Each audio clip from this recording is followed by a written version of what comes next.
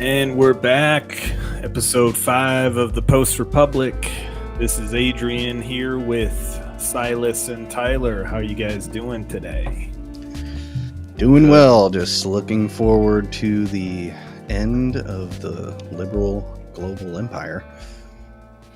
And we're pretty much living smack dab in an interesting moment in history where we are actually witnessing the death of the empire. Trump is crushing. He's operating under the Silicon Valley strategy of move fast and break stuff. So what he's done and what's happened this week is the JFK files have been released. I think 80,000 documents. And, my prediction, we'll keep it short, big nothing burger. Trump today has announced the F-47, which is the 6th generation fighter jet that will, the contract will be going to Boeing. We've got Trump's executive order attacking the Department of Education, scattering responsibilities and working towards the abolition of the Department of Education.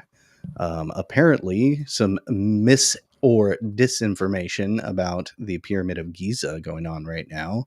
I guess there were claims that there were some sort of underground structures or catacombs or columns underneath the Pyramid of Giza. But I guess it turns out it was some sort of mis or disinformation. Tesla under attack. Elon, the new Hitler for the left, is, I guess there's vandalism on Tesla charging stations and Tesla, and actually some sort of doxing against doxing of all Tesla owners. Interesting move. Doge at the Pentagon. Let's get an audit. I think we deserve an audit at the, of the military industrial complex. I doubt we'll get any sort of real information. Has probably been destroyed already, but if anybody can get to the bottom of it, it would be Doge. And a new possible cuck Canadian prime minister, somebody who apparently wasn't even Canadian or in Canada or not a part of Parliament. What's his name? Something Carney, right? Yeah, Mark Carney. Mark Carney. That's Mark a good Carney. old villainous name if I ever heard one. Yep. So I have no faith that there's going to be any sort of turnaround of Canada, and I'm pretty much down to invade. I'm a neocon at this point, guys. So anyway, that's the rundown.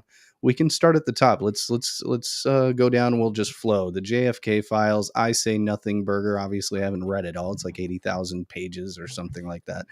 What do you guys think? Do you know anything specific? I haven't seen anything that was like, oh man, that's wow, we didn't know that. Or I mean, there's been a few things like we were sharing intelligence with Israel, right? Or something like that. There's been some references and people have talked about the Mossad in relation to but it doesn't seem like there's really any smoking gun, so to speak. And I mean, 80,000 documents is a lot to get through. I'm sure people are putting it into Grok and seeing what it says. And we could just ask Grok just to summarize, but on my own, I haven't seen any. It seemed like almost a giant red herring so far. Mm-hmm. Yeah. So Next News Network, they are getting physical files, and these are some of the documents basically that they weren't going to release. And they're interesting because they have been scanned and copied multiple times.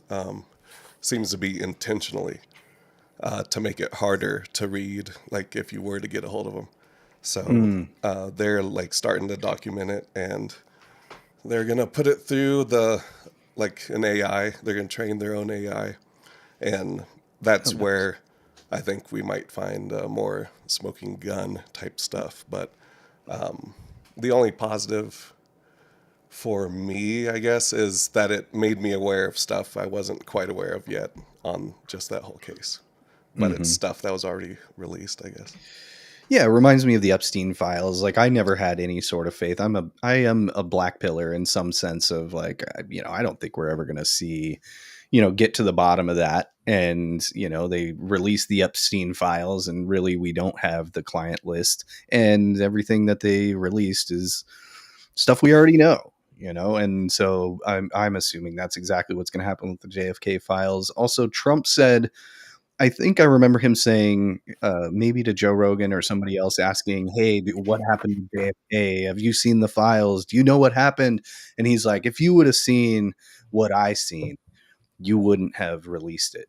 And maybe that just means there's nothing there. And he was asked point blank by Peter Ducey. He said, "There's 80,000 documents. That's a lot to go through. Can you just tell us who killed JFK?" And, Trump kind of filibustered a little bit. And he was talking about the social security numbers, how they actually, that was one of their excuses of why they didn't want to release it in the first place, is because, like social security numbers or personal information of people that are involved. And it's like, a lot of these people are already dead and gone. And so I like the idea of more transparency in general. And, I don't have faith that they're actually going to give us the full story. But I mean, I'm still hopeful, though. Yeah, there's a better chance now that we have AI that things will be connected, and it will be easier to see the bigger picture with all these smaller pictures like starting to connect in ways that we wouldn't have been able to do before, really. Yeah. Yeah, I mean, when it comes to JFK, Epstein, 9/11, 9/11 and JFK, we're not going to get anything that's like, oh, yeah, did you see it? Who actually shot him? George H.W. Bush was down there. And no, they're not. I mean, we already know this stuff, but it's not like, I can't see the CIA releasing something that was like, oh yeah, we did end up planting bombs in the World Trade Center. We're not going to get any like earth-shattering revelations. I'm not holding my breath. That's for sure. No. And I think that Trump still does have a little bit of, how do I say this, for lack of a better term, respect for, say, the government not exactly giving out all of its secrets. I think that, with the fact that he never pardoned Assange or Snowden, I think that that's kind of like gives you an indication that he's not exactly ready to just give every secret away, which I think there's there's some merit to that. You don't want foreign countries to know everything about, the secrets of your government as well. Yeah. I mean, anything that's going to potentially question the entire legitimacy of the government, while I can understand and kind of want that to some extent, at the same time, why would you delegitimize the authority of government in general? I mean, there's arguments to be made. I would prefer just complete transparency on everything. I mean, that would be the most ideal route in general, but realistically, that's just not going to happen. Yeah. Full transparency would be awesome, and I think it would destroy a lot of these agencies, which would be a good thing. But then it's like, what are they going to set up next? That seems fine in the beginning, but they have potentially a long-term plan of how it can kind of be a control mechanism in the future rather than immediately, Well, and it's like the trust in the government is at an all-time low. I don't think actually, telling us if the CIA was involved, or whatever, we're not going to it's not going to damage the reputation of the government anymore. They've already pretty much done that themselves by lying to us constantly. Oh, yeah. Right. I mean, it could improve the image of the government if they were more transparent about like, hey, these guys took out a president and they did all these different things over the years. I mean, the FBI, COINTELPRO, assassinating people.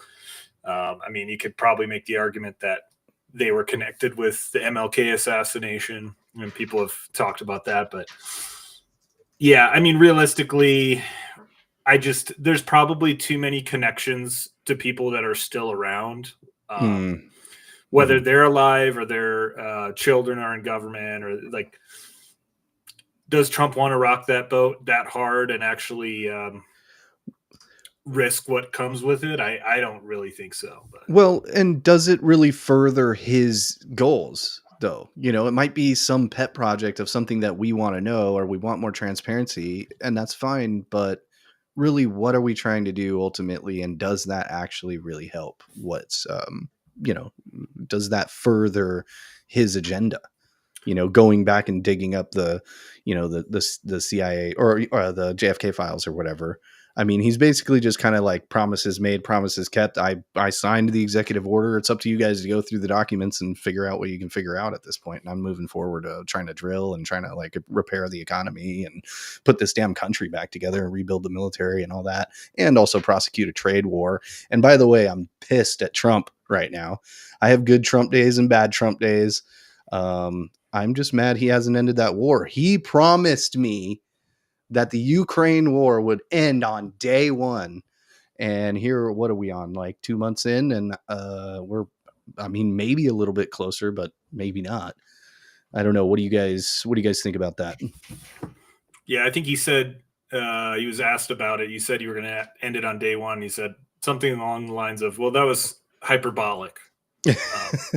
He might, you know me, guys. Come on. It was an exaggeration. He's like, I am as I am. What do you think? Which is frustrating, but I mean, you know, as much as we like to think that Trump can just alpha the entire situation, obviously Russia can't just, they have to save face somehow. And I mean, Ukraine, with what's going on in Europe, they seem hell-bent on doing whatever possible to keep the war going. Like, I'm convinced they're trying to cover up for their own issues in Europe, and they need an enemy. They need something to focus the population on, because the logic behind it makes no sense when it comes to spending all that money, screwing over your economies, not being able to trade with, you know, the biggest energy producer right next to you. It's kind of crazy. So there's a lot of dynamics in play to where Trump can't just come in and push a button and say this war's over. So I'm disappointed that hasn't ended yet, but I think the way it was presented was kind of skewed, like it was that easy. Yeah. Well, real quick, just to backtrack, I wanted to read this. I just grokked what's the number of like trust in government. Based on recent polling data, one specific number stands out. As of April 2024, a Pew Research Center survey found that 22% of Americans say they trust the government in Washington to do what is right. Just about always 2%, or most of the time 21%. Just about always 2%. This figure reflects a slight uptick from the previous year's 16%, but it's still near historic lows, showing how shaky trust in the U.S. government remains. So, I mean, yeah, those are pretty low numbers. I mean, I feel like are kind of like generous estimates, you know, I think.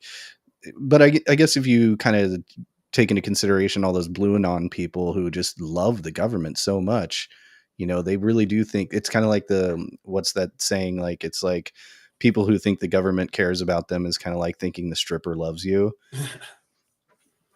But anyway, back to like Ukraine war. You know, you're right. Like, he can't just come in there and fix everything. And it's a very tricky situation. And like Trump keeps saying, you know, this could turn into a World War III type situation.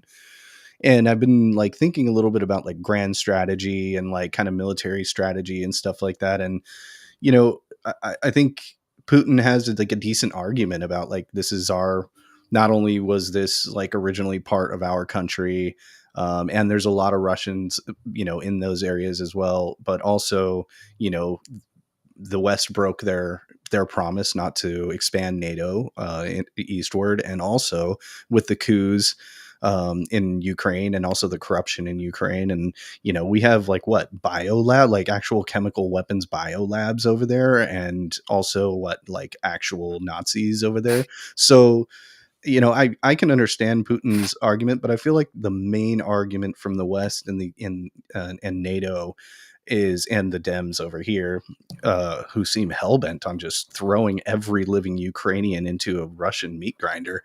I think it's like they think we can't allow someone to expand. If anyone does any sort of expansion right now, like we just can't allow it. Like everyone just has to stay put, like no expansion, So like if China moves on Taiwan and tries to expand in that way, I think the entire world is just going to have an allergic reaction to any sort of expansion. Is the time of expansion completely done? And can we allow Putin to expand and let him get away with it? Or how much money and how many Ukrainian lives is it going to cost in order to stop that? Yeah, I think there's going to have to be a deal of economic expansion between all nations at once, which would kind of be a potential financial reset type of situation where, almost all the countries in debt get a jubilee and we start on a new standard. Perhaps that is actually backed by gold and silver and maybe a couple other precious metals to kind of balance that type of world financial system out. But that's kind of the positive and negative, really, like depending on how you look at it. Kind of conspiracy theories out there is that there is going to be a financial reset onto a blockchain, transparency, so it kind of flushes out the black market in a way if the cash is no longer good. But there's potential control methods in there if they do that as well. So yeah, what do you think, Adrian? Can we allow Putin to get away with it, or is it worth it to just throw every living like military age male in Ukraine at an immovable object that is Russia? I mean, to answer your question, yes, we should let Putin get away with. Not because I'm necessarily pro Putin or anything, but at this point, pragmatically, what's it worth? World War III is a worst case scenario for everybody, which I don't understand why we're not more sensitive about it. At least the left wingers that are completely, they don't seem to even consider that as a bad thing. People don't even, like, you talk about it and they just they don't even really answer the question. Yeah. And there's actually a video I could play real quick, which I think is a good tactic to approach leftists who are all gung-ho on Ukraine, because this shit just doesn't make any sense to me that you're not more sensitive to the outcome here. Yeah. Just call their bluff, basically, is the tactic here. It would be quite important for not just British but European soldiers to be there, to be able to make sure that there is not yet just an other incursion. There can be no peace without foreign presence, whether that be British troops, French troops, NATO troops in Ukraine. Any peace has to be ultimately enforced. Putin can't be trusted to keep his word, and all of Europe should be taking part, and that includes us. If Ukraine were in NATO, would you sign up to go? I myself am a conscientious objector. I would be, if it came down to it, I would be willing to go if it was needed. I mean, I've obviously one doesn't want that to happen. I think everyone should try to prevent getting into that position, and this is why I'm not entirely sure that Ukraine being in NATO at the minute is entirely the best idea. I'm not exactly sure I'd be physically fit enough to serve, but I'd be happy.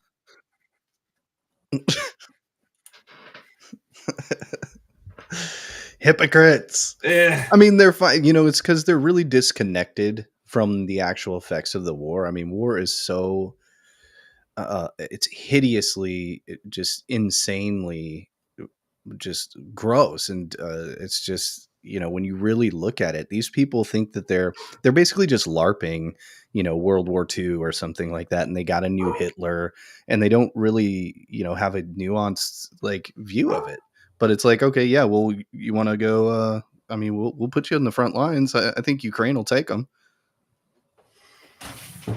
Oh yeah, they'll take them. They'll use that pudgy guy as a human shield if they need to, but I don't want that outcome for him. But I also, if you're so gung ho on war, then have at it. Shouldn't have expanded NATO. Yeah. Shouldn't have prosecuted a coup. You shouldn't have pissed him off so much, and And half of Ukraine actually wanted to kind of side with Russia anyway, and that's the territory they're wanting, regardless of like what we think. If you were to do the democratic thing and have the people vote, which they were about to do in 2014, they would have chosen to pretty much separate from Ukraine and be kind of their own little state, but be more under Russia's command and control. Because they're more Russian in any way.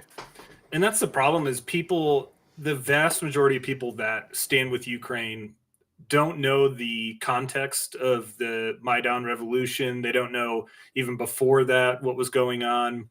And when you bring it up with people that are all stand with Ukraine, my experience is that they're generally like, oh, we don't want to litigate history.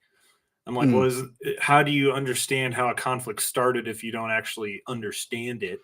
But they don't care to. It's just all present moment. This is the latest thing, and we want to stand with it. Yeah. History began right when Putin invaded. There's nothing happened before that or anything. Yeah. But they do care if it had to do with Hitler and Nazis. They'll remind you of that history.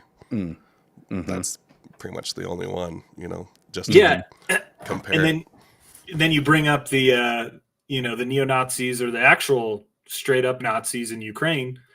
And they're like, I had a guy literally say this on Facebook. He was like, because I was like, so you're fine with like arming actual Nazis?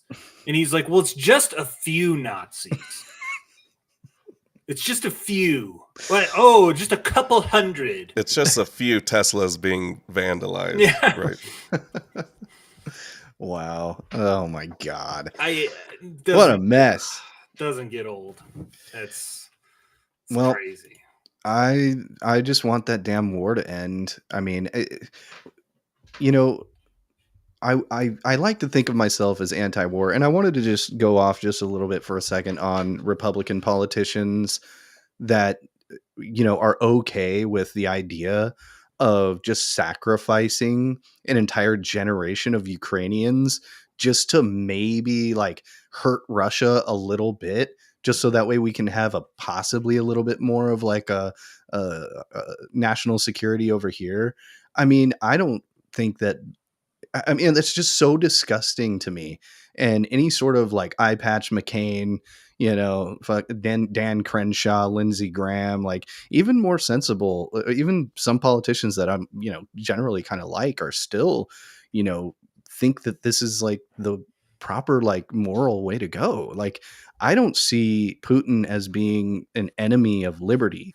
That's why we go to war, is to fight for liberty, not just, the liberal economic orders, lines that they drew on the map. So I'm pissed off at the Republicans for supporting that shit for as long as they have.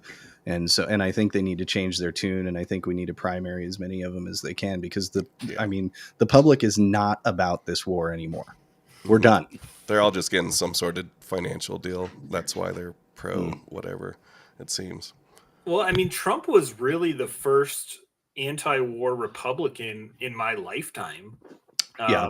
So there's the George Bush era. Almost all the Republicans, with the exception of Ron Paul, were like all about the war on terror, war in Iraq. And this is kind of just a recent trend. But so you have those old school, like neocon clingers to the Republican Party who try to save face when they can, but they still have that base in them. Yeah. Like the McConnells. Right. Yeah. I think there's just a lot of cleaning out to do when it comes to pro-war Republicans, because I mean, when I was in high school and the Iraq War was kicking off, the Democrats were the ones that were speaking out against it. Whether that was all performative, I think there were some legitimate voices who were like, no, let's not do this. And they actually got primaried out of Congress too. Yeah. But there was bipartisan support for the war in Iraq. Pretty much. Yeah, I think it was like 75 senators or so voted for that. Yeah.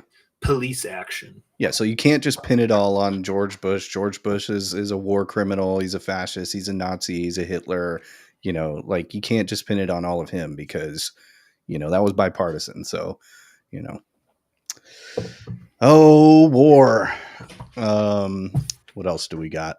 Well, I mean, that kind of segues into the F-47. So I think I watched Trump's speech, or not speech, but, you know, comments or, you know, in the Oval Office today. And they were kind of unveiling or announcing the F-47, the sixth generation fighter jet. And they basically were saying that this is going to secure air dominance, global air dominance for our country for like the foreseeable future, which, you know, I think is generally a good thing because it seems like we're the most stable country. As absurd as that sounds, like we're pretty much the most stable. If somebody's going to be in control of the world, it probably should be us. So, I mean, that kind of, you know, it's a good thing to be able to have, you know, a superior technology and weapon systems than our enemies, you know, but maybe it's just kind of sometimes I feel like it's smoke and mirrors in theater with Trump, where he's just trying to kind of let everybody know, let Putin know, let everybody know, like, hey, you know, we actually do have a big stick and we actually are willing to use it sometimes. Look at what Trump did to the Houthis recently and stuff. So I don't know. What do you guys think? Hopefully it's better than the F-35, because that was a kind of a disaster of a program. I don't know how many $1 trillion they spent on it. So this is, I actually don't know much about F-47. It's just a new fighter jet that's better than the F-35? Yeah. Yeah. And it's supposed to be, you know, the most advanced, aerial combat, what would you call it? Aircraft. So like in terms of maneuverability, in terms of technology, I guess it's supposed to integrate with drones somehow as well. And it's also going to be able to be unmanned. But they didn't even release like a full picture of it because they want to keep some of it secretive. But yeah, they said like the F-35 program was like cost billions upon billions just for maintenance and stuff. So I think, you know, Trump is pretty shrewd with money and stuff. So I think, you know, he's probably been negotiating with Boeing for a while. You know, they're probably, you know, they fought pretty hard for that contract, and hopefully Boeing comes through and builds something that, you know, they might as well just give it to Elon to do. SpaceX could probably build a better one, but that wouldn't look right though. Have you guys heard of Stavati, an aerospace company that's up and coming? Actually, I think they've been around for a few decades, but it's what David Wilcock's involved with now, I guess. And they supposedly have like a fighter jet they're trying to sell to multiple like countries. Here, let me share this screen real quick. Yeah. But yeah, I'm just curious of how that process actually went, because I think there's better stuff out there, but who knows? So this is Stavati. They have a pretty interesting lineup of equipment, not only for military, but for civilian use eventually, which is like new anti-gravity type of stuff. But Stavati, that's a sexy name. Yeah. So, okay. It's just, I'd like to put other information out there because I feel like we're getting duped into people and their buddies, you know, just getting these contracts, and we're not getting the best technology that we could as a and for the price too. Exactly. Yeah. These are supposed to be way more affordable per unit. Interesting. But yeah, Stavati.com if anyone wants to look more of that up. Yeah. Yeah, it should be kind of like an open market, like a free market. We should let the best people, Well, one thing I was going to say earlier too is like the only way a lot of us I think are going to trust government again is if it's taken down to its roots or dismantled quite a bit, and then we're involved in the restructuring process and like can connect stuff like Stavati into the military and have it be a more advanced system for way less money, around the board, like and have people, if it's a democracy, have people start to vote on these things where private companies are starting to get a fair chance to get their tech into helping the United States be the best, Mm-hmm. But that, can be a slippery slope at the same time. But if we were part of the rebuilding or restructuring process of the government, the Build Back Better or whatever, the reset, then they might be able to keep us trusting government for another couple decades. But I don't know. I feel like they have to do a big step like that to make us trust it more. Yeah. Did you guys hear about this? Kind of links in a little bit. The new Chinese satellites were able to achieve 100 gigabytes per second, which was like smashing any sort of speeds that Starlink was able to achieve. Yeah, And there's a huge technology race. Technology and military go hand in hand. And, I don't think we should take it lightly that there's an AI race. There's a technology race. It trips me out that, we're just allowing, if we're going to be the world police, let's actually police the world. And I don't think allowing the Chinese to just have a bunch of, super high tech satellites like out in space, I don't even know how I feel about, like, should it just be like free reign? Like anybody who can afford to, launch a satellite can do it? Or how do you regulate that type of thing? Because it would be really easy to weaponize those satellites, right? Yeah, they do regulate it pretty hard already, but it's like once the tech's up there, they can do so much with it. So it's a threat to every country once a country like China starts to put that type of tech up there. Mm-hmm. So there's got to be some sort of agreement, which I guess one agreement is no weapons in space. I think that was made at some point, if I'm remembering correctly. Yeah, some sort of pact. What's considered a weapon, at that point. Yeah. I don't know. We want the tech to advance and make things better, but it's starting to look like, a double-edged sword in so many ways. Yeah. Yeah.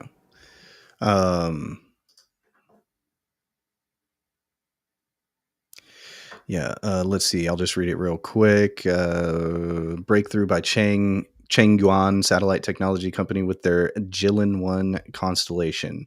As of early 2025, they achieved a satellite-to-ground laser communication speed of 100 gigabits per second, a major leap in space tech. This was done using a truck-mounted ground station connecting to one of their 117 satellites in orbit, outpacing their previous record of 10 gigabytes per second from October 2023. That's pretty crazy. And then also talking about potentially setting the stage for 6G networks, guys. We all know how 5G worked out. Yeah. Huawei, weren't they trying to spread their networks everywhere and they had to be stopped? I don't know. I don't trust them. Well, and I guess really the kind of conundrum that I think that we need to kind of, we need to figure out as a polity is when you regulate things, you allow other countries that don't have regulation to jump forward and leap forward in technology. And so I don't know if it's a good thing or a bad thing, but the Stargate program with Trump's Stargate program and some of their AI, stuff going on, their AI initiatives and projects. I mean, do we allow the free market? I feel like the free market is kind of just a staple of like US tradition. We were able to really, get crazy advancements and a lot of liberty using the free market. But at the same time, you can't just, there's got to be some sort of regulation. I don't know. What do you think, Colin? Well, I think that Adrian, no. sorry. Oh, dear. We'll cut that out. Well, I think China has an advantage generally because they have like almost a hybrid model of, you can do a project, but it's got to be in the name of what the CCP wants. So in some ways they have, it's not a free market, obviously, but you can be innovative, but it has to be in the benefit of the CCP. Whereas in the US, the free market allows people to innovate, and maybe there's more creative freedom for people to actually achieve innovation, but the CCP can just monopolize any innovation they want that happens in China. So it's hard because, yeah, if you regulate AI strictly in the US or any other technology, you're putting yourself at a disadvantage because China can innovate and just take all that innovation and use it for its own power. Whereas the US, I mean, I don't know if you could do imminent domain or anything like that on some stuff, but like the US government still doesn't have that same power that the Chinese government does. Yeah. So it's tough. I mean, I think I've always been anti technocracy. Like, I don't want to live in a technocratic future controlled by AI or any of these ideas where, you don't have any freedom whatsoever, or privacy.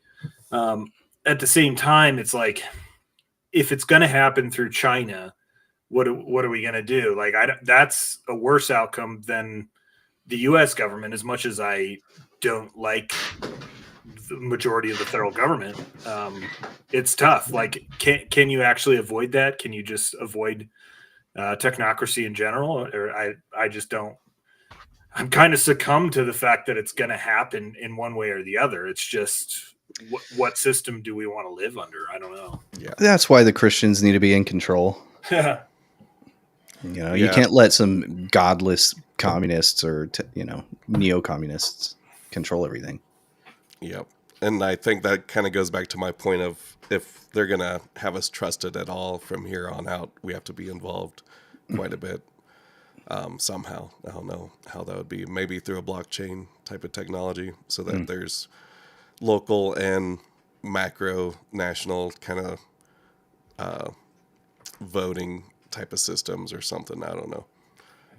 But then you're in another slippery slope doing something like that as well. So there's got to be a combination of systems that can get us involved, even like getting in line with China on private integrating with government, like offer awesome incentives for private companies to offer their tech into government, to get, even more money for their product, getting the government contract on top of their private. But having that transparent at the same time, so we know exactly what type of tech they're implementing and in what ways. That's the only way we're really going to keep in step with China, but also like have trust in the system.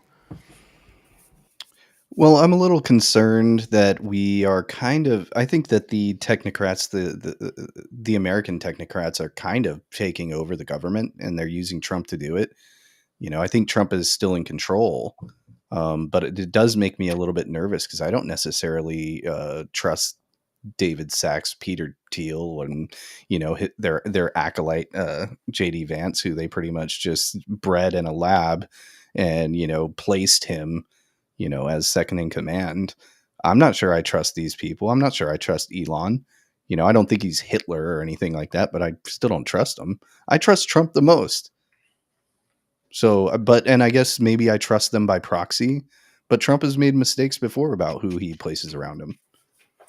Yeah, that's interesting you point that out. I had somebody talk to me about the political situation in the U.S., and they're kind of on the other side, and they were just worried about, they feel like we're entering just a pure oligarchy at this point. And my response to that is that we've had oligarchy our entire lives. There's with the Democrats, you're getting the World Economic Forum, you're getting all of the Agenda 2030 bullshit. Klaus Schwab, George Soros, Yuval Harari. Yeah, you're getting no national sovereignty, just a global control mechanism that I don't think is in the best interest of people. And my response is that with Trump, you get the tech bro oligarchy, and that comes with its own issues. Clearly, it's not like these are just white knights that are coming to save us. But if you look at the World Economic Forum crowd versus the tech bro oligarchy, there's definitely an argument to be made that the Trump tech bro faction of the elites, at the very least, is indifferent to you. They're not trying to kill you or make you actively reduce the population.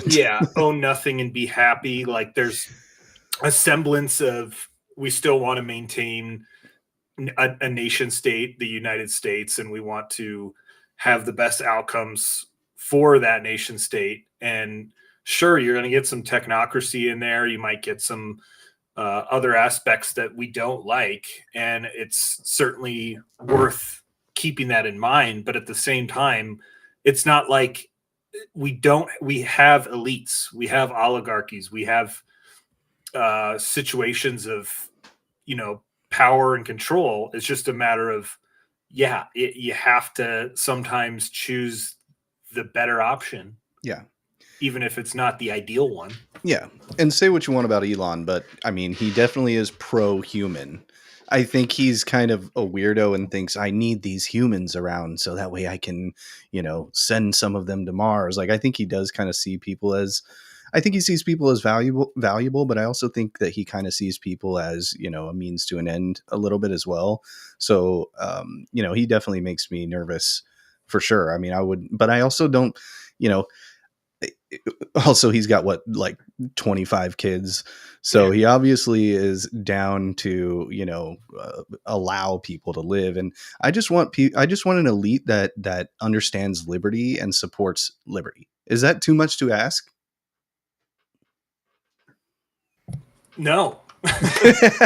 Apparently it is. I got to think about that. It's a big question. In a post-republic like this, it might be too much to ask. No. Well, now that we're talking about Elon, we got the new Tesla mostly peaceful protests going on. mostly peaceful vandalism. Huh? Mostly peaceful vandalism, yeah. The MPV. And sure, there's some people protesting at Tesla who are not blowing up cars and stations, but there's also a very people aren't condemning it. After January 6th, you had pretty much every single Republican was like, I don't support what happened at the Capitol. I'm not bailing out rioters like they did after the George Floyd thing. Mm-hmm. And that it's a clear distinction that you see with with the Tesla situation where you get people, and I'll play this clip of, it'll just be a 10-second clip. So I think we'll be okay in terms of copyright from the one Jimmy Kimmel. They'll get us. They'll get you. Yeah. We'll find out here. But this just shows you how mainstream it is to encourage property damage. Vandalizing Tesla vehicles, new Tesla vehicles. Please don't vandalize. Don't ever vandalize Tesla vehicles. And so,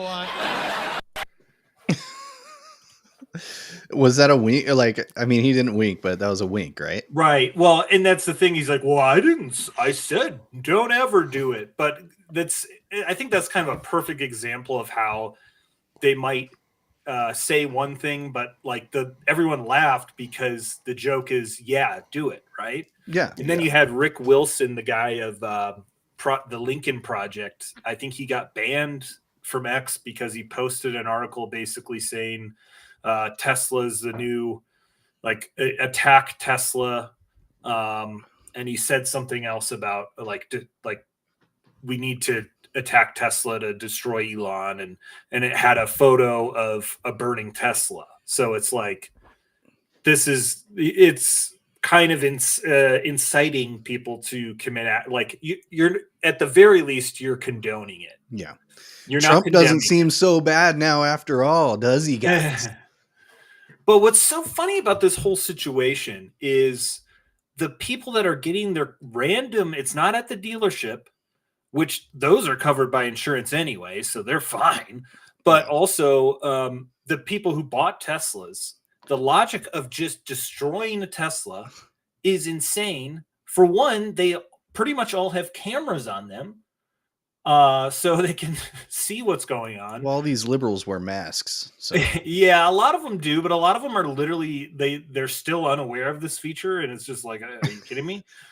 But this guy, he sums up the lack of logic behind what's going on with attacking random Teslas, because let's just think about who owns them. yeah. So the Tesla you just vandalized, let's say that the owner is a Trump supporter. Congrats, you got your guy. Now that person probably likes Trump more than ever. Let's say actually that they voted for Kamala Harris. Now that person is way more likely to support Trump.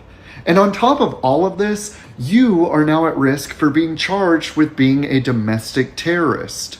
It's funny how you guys call us evil, but you never have to worry about us vandalizing your property because we disagree with you. The reason you don't see that many Trump bumper stickers is because people know that Democrats are more likely to vandalize your property if they disagree with you. Y'all claim to be the side that's fighting for democracy, and yet you seem to forget that democracy means coexisting peacefully with people who you disagree with. And yet, here you guys are vandalizing other people's property, not because you even necessarily disagree with their politics, but because you disagree with the politics of the CEO of the car company that manufactured their car. That is insane. Yes.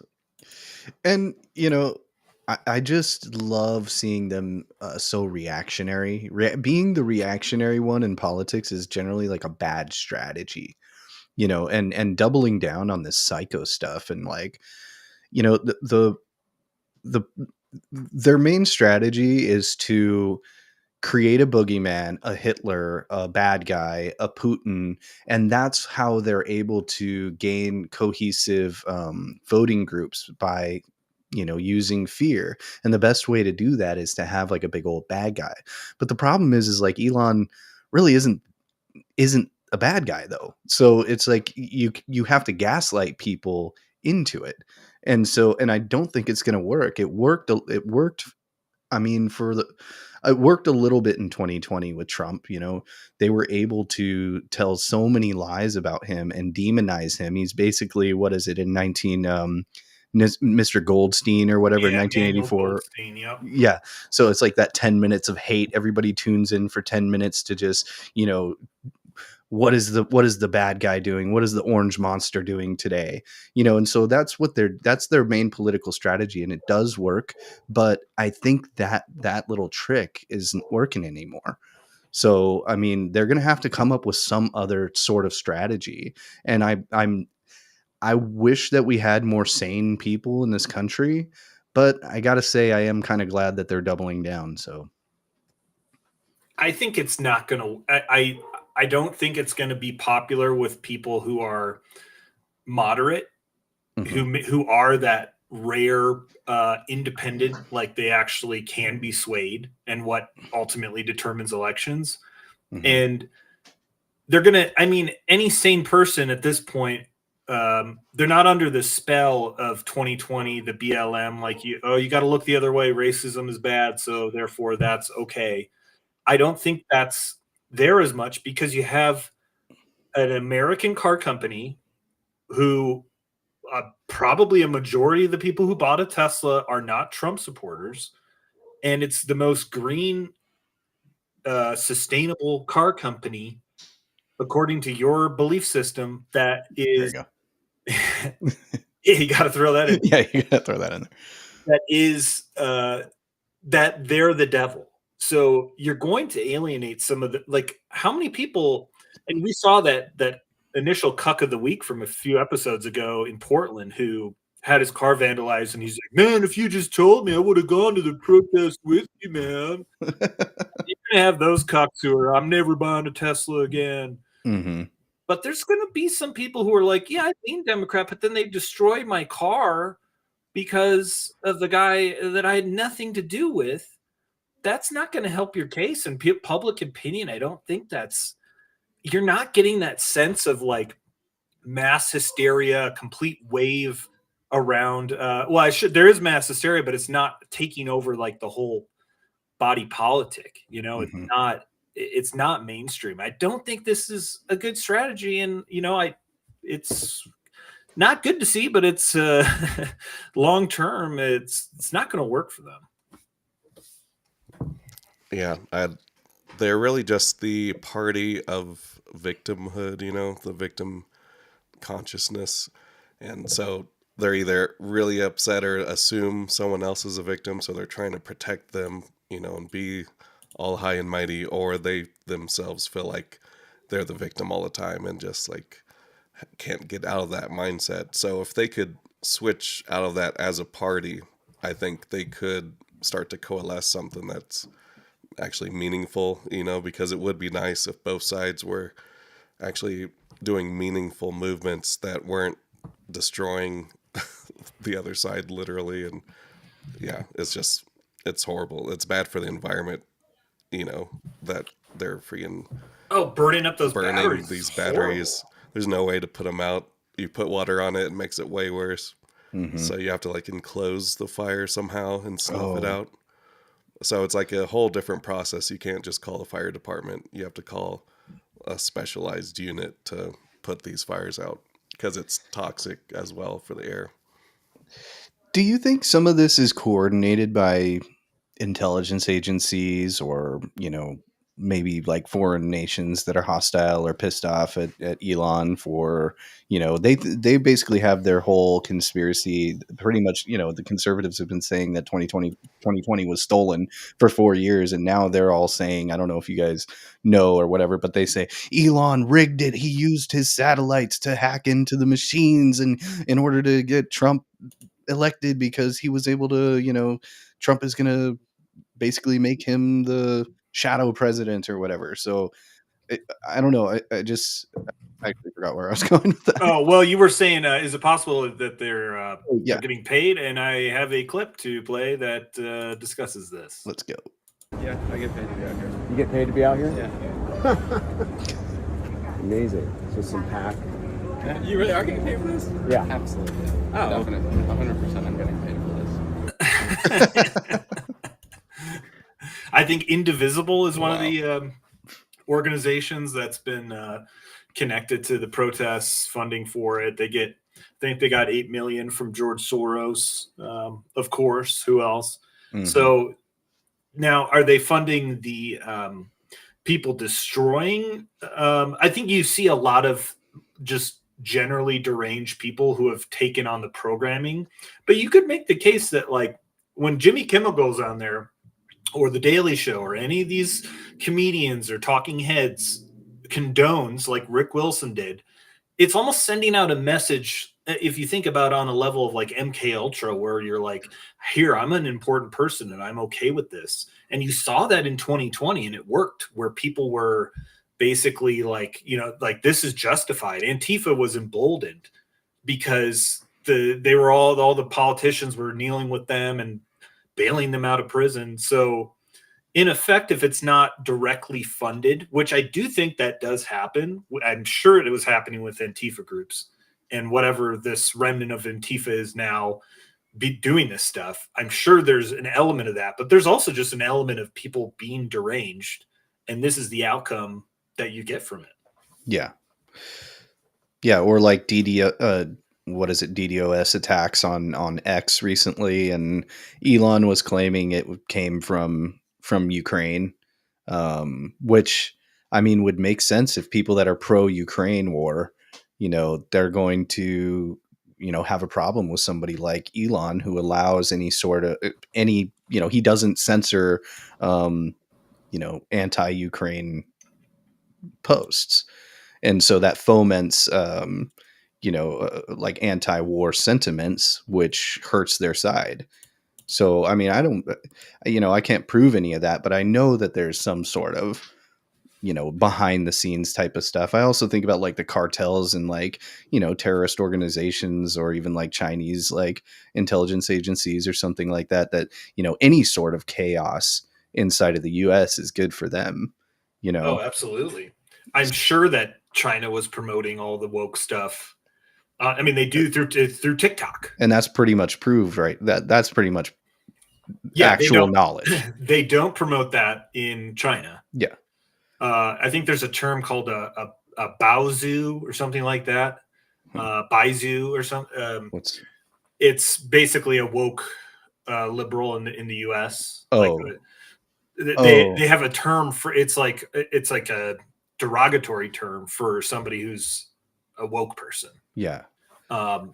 So they know, and obviously why you don't for whatever reason whatever you want to say about Xi Jinping and Putin, they don't want to completely demoralize and subvert their population on that level and emasculate culturally. And basically they don't want to castrate their own people. Yeah, they don't promote that. So I heard that TikTok is banned in China. Is that true? Do you guys know? Is this recent or just general? No, like in general, like they developed it there and then they exported it to other I heard countries. that they just only show like mechanical engineering. Oh yeah, the algorithm's different.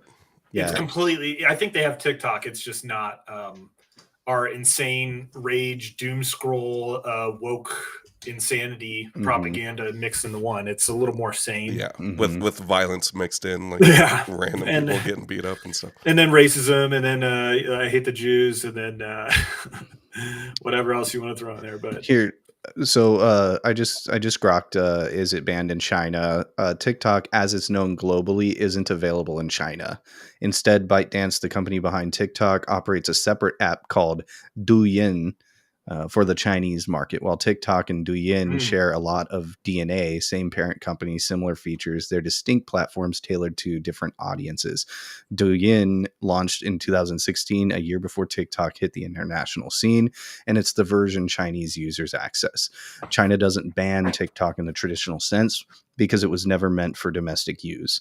ByteDance built TikTok for export outside China. The Chinese government tightly controls internet access via the Great Firewall. Ooh.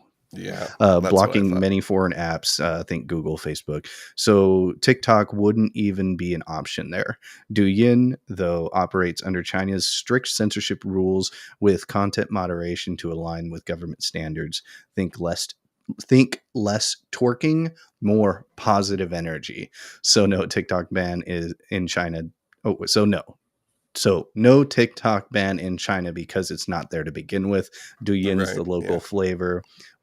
So yeah, you were pretty much right. Yeah. So it's a version of TikTok. It's not called TikTok, but it's not. It doesn't allow. It's government approved for China. Yeah, that's what I thought. Like TikTok was developed to be an export, so that means it was developed to collect data from all the other countries. And unfortunately, I mean, this is kind of controversial, but this is the downside of having total free speech or close to it, is that you allow for endless propaganda.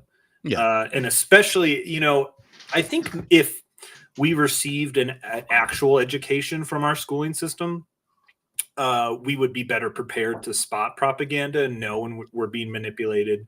But unfortunately, when you don't have that, and then you have endless content and endless potential propaganda being thrown at you, you're very vulnerable to that. So there's probably a balance that could be struck there to give us like a virus detection system known as our minds that works. But we unfortunately have been subverted for so long that we don't have that. And you could make the argument, which I'm not doing necessarily, that maybe that version of TikTok should only be allowed at the very least to under 18. I think that's the Douyin version. Yeah, sure. Yeah. Well, and transgenderism I think is propagated, mostly through social media, and I think that's actually been proven to a certain extent. You know, having underage people on Instagram is like extremely harmful to them, and I know that Congress dragged Mark Zuckerberg in to kind of grill him about that. And that moment of him turning around, he's like, "Are you going to apologize to these people that are in here today?" And he literally gets up and turns around and apologizes to the people. I didn't know if that was a good move or if I actually kind of respected it in a way. But it's at the same time, like, do more, like, and he made that claim that he was going to be less, censorious. He wasn't going to be censoring any sort of like political opinions that are anti, LGBTQ. I don't really use Instagram that much. I know Facebook only just floods my feed with only liberal stuff, but I think it's because I like look at it. I just, it's almost like, what's it called when you're like putting yourself through like purposeful pain? It's like a sadomasochistic like desire to just see what these crazy, it's like I could make a whole channel of libs of Facebook. But I don't know if those changes have been made, but I think he kind of like sees the political winds are changing and was like making the right noises. But it seems like a lot of these big companies and tech companies are getting rid of DEI stuff. They're getting rid of like woke stuff. But at the same time, I tried to call the other day on Instagram. There was a post and it was just like it was like a song, like somebody playing a song. And I wanted to, I love the movie Walk Hard, the Dewey Cox story or whatever. And there's a part where Dewey Cox is going through his Bob Dylan phase, and he has this like song that's total gibberish, right? and the guy's like, "What does this song even mean?" And the guy turns and goes, "You guys are idiots. This song is very deep." And I tried to just say that on there, and it wouldn't allow me to say you guys are idiots. It actually blocked me from making that comment because it's like bullying or being mean or whatever. And I'm like, oh my god, wow. I can't even like quote a movie on here. So it's very, very, very sensitive. I mean, that's extremely sensitive. Sometimes it'll say like on YouTube or other social, it'll say, "Are you sure you want to post this? Because this might go against like blah, blah, blah." And no, it like literally would not allow me to post it. So I don't know what's going on with Zuckerberg. I don't trust him, but he's another one of those, tech bros that, I feel like he wants to be a part of the group, but he's I don't know. What do you guys think about him? Yeah, I don't trust him really. I mean, I trust him less than Elon, but maybe that's also naive because sometimes you have to wonder how much of it is genuine versus just reading the tea leaves and being smart about where the culture's going and trying to adapt with it. And I mean, you've seen that a lot. Like, Bezos, for like, do you trust Bezos? Like, he's trying to make the Washington Post more, less political, I guess, and more objective. But I less partisan. That. So there's always that. I mean, especially Zuckerberg, especially no. No. Well, especially what he did in 2020 in the 2020 election was so, I mean, it was borderline treasonous in my opinion. I mean, he pretty much stole that election. I mean, regardless of, fraud and like, mail-in ballots or whatever, or any sort of like, manipulation of the voting machines or whatever, or like, trafficking fake ballots. I mean, he pretty much stole that election by, with his, he funded all those NGOs or whatever. It was about $600 million for get out the vote initiatives. And then he put up all those little boxes or whatever. How the hell is this billionaire allowed to pretty much change the way we do elections? And none of these liberals are going to say anything about it. They're always talking about the billionaires, the robber barons, like all billionaires are bad, and it's like, dude, but what about when I'm just hearing crickets about what Zuckerberg did in 2020? Even if I was a liberal, even if I was a blue, no matter who, that still would have pissed me off. Well, yeah, I mean, hypocrisy, unfortunately, is they don't seem to detect that whatsoever in themselves, because what you're saying about billionaires, it's like, you guys don't criticize the people that are funding your side. Mhm. And understandable, but don't claim that, oh, well, look at these billionaires on this side. It's like, yeah, I'm pretty sure billionaires supported Kamala Harris like 2-1, something Yeah. like that. Yeah. So that argument is null and void Yeah. to me. Yeah. I do have a clip about just a quick one I saw about the election and just our elections in general, which I had no idea about. This came from, I think it's Hageman, Hageman. Hegman, is it Hegman, from the only representative from Wyoming? Yeah. And she was talking about poll watchers and a ruling that I had literally no idea about. It was like, how is this possible? Oops, this is the wrong. I like her because she took out Liz Cheney, and it was one of the best moments ever. I know. She demolished her so bad. It's 63% to like 20 or something. unbelievable. People don't know is that started in the mid 1980s, there was a judge, a federal district court judge in New Jersey, who entered a consent decree that Republicans could not be poll watchers. So from mid 80s until 2020, Republicans were not allowed to be poll watchers on these national elections. And what happened was that judge eventually died, and the Democrats, the DNC, they had to go get that injunction renewed every 5 or 8 years, something along those lines. And when that judge died, he was replaced by an Obama judge. And they went back to that judge and they said, we want this consent decree in place, making it so Republicans cannot be poll watchers and cannot be a part of this process. And he said, what in the heck are you talking about? This is absolutely so unconstitutional. And he refused to renew that consent decree. He refused to renew that injunction. So 2020 was one of the first years that we had professional Republican poll watchers in these elections to see what was going on in Atlanta, in Detroit, in Milwaukee, in Philadelphia. It was the first time we were able to really see what was going on in these polling places. And what that tells me is that probably a lot of these shenanigans had been going on for a long, long time, but there were no Republicans there to report on it. Well, and then they blocked out all the windows and kicked out all the Republicans. That was what Rudy Giuliani, with his melting hair, was out there, complaining about and saying, "Hey, you can't block, Republican poll watchers. You can't." So that was just the most manipulated election in history, and I don't even know if it is a good idea to go back and relitigate that. Yeah, it seemed like it was definitely stolen through so many different methods that you can call cheating or just call it gray area. But this last election, it seemed like there's a ton of proactive Republicans that were watching things and prepared to report anything live, like Steven Crowder and his crew, and almost Scott every state. Pressler. Yeah. Every state had a pretty good presence. So, and I think that's also what helped everything kind of be a quick, decisive night.